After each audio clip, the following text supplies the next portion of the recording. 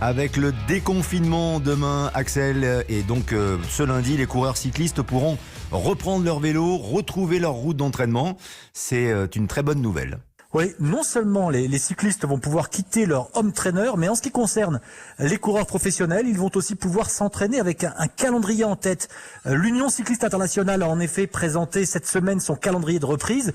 Tout un symbole, Lionel, c'est le premier pays européen confiné qui va donner le coup d'envoi de la reprise cycliste. L'Italie avec ses Strade Bianche, épreuve connue pour ses chemins en terre, ce sera le 1er août et jusqu'à début novembre, ce sera, si vous me permettez l'expression, une orgie de courses World Tour, les courses les plus difficiles. Avec pas moins de 25 courses sur route qui sont en effet programmées entre le 1er août et le 8 novembre, Axel. Avec notamment Milan-San Remo qui a abandonné contraint et forcé le printemps pour la chaleur du mois d'août, ce sera le 8 août.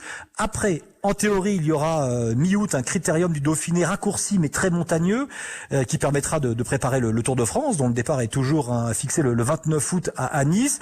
Puis il y aura les mondiaux et ensuite, alors là, tout va s'accélérer en octobre avec le Giro en Italie, le Giro qui devait en principe débuter ce week-end, et puis le Giro s'achèvera en octobre alors que la Vuelta en Espagne aura déjà commencé. David Lappartient est le président de l'Union cycliste internationale. Il est évident que si on élaborait un calendrier, on va dire sans contrainte, on n'aurait sans doute pas fait ça. Nous avons quand même une période qui s'échelonne sur 3 mois. Si on voulait aucun chevauchement entre les deux, ça repoussait, on va dire, la Vuelta à mi-novembre. Et là, les difficultés qui pouvaient se poser, c'est que la Vuelta passe aussi dans les Pyrénées. Être dans une région de montagne à mi-novembre comporte trop de risques, notamment climatiques, risques de neige, et aussi sans doute des conditions aussi liées à la luminosité, au fait que les jours terminent beaucoup plus tôt. Donc on n'avait pas beaucoup le choix que de permettre un chevauchement entre les deux. Moi je remercie aussi la Vuelta qui a demandé de réduire la durée de sa course, donc ce qui évite d'avoir un chevauchement supplémentaire avec le Giro. Voilà, alors la 75e édition de la Vuelta s'élancera le mardi 20 octobre du Pays Basque et s'achèvera à Madrid, en principe, le dimanche 8 novembre. Initialement, elle devait partir des Pays-Bas, mais les 3 premières étapes ont été supprimées en raison, bien entendu, de la situation sanitaire. Et elle devait aussi passer par le Portugal, qui a demandé à ne pas accueillir la Vuelta. Alors, avec ces nouvelles dates, le Tour d'Espagne comptera 18 étapes seulement et va devenir aura le départ le plus tardif de son histoire. Le Giro, lui, aura lieu donc du 3 au 25 octobre, avec des courses du mois d'octobre qui ont été compliquées à mettre en place pour l'UCI, pour l'Union cycliste internationale. Ah bah oui, Lionel, parce que août, vous l'aurez compris, est réservé aux courses de reprise. Septembre, le Tour de France, puis les mondiaux en Suisse. Et le Giro en octobre va se tenir en même temps que plusieurs grandes classiques.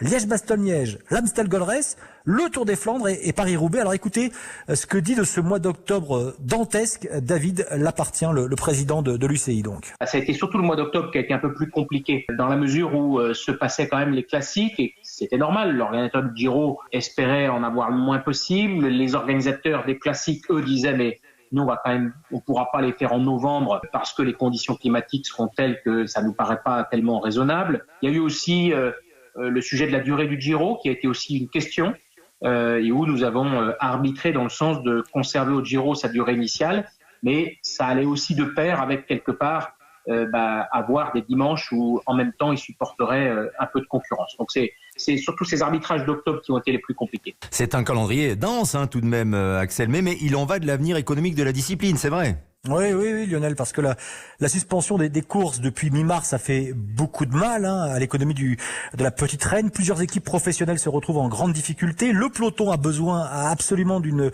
deuxième partie de saison, sinon risque de plonger.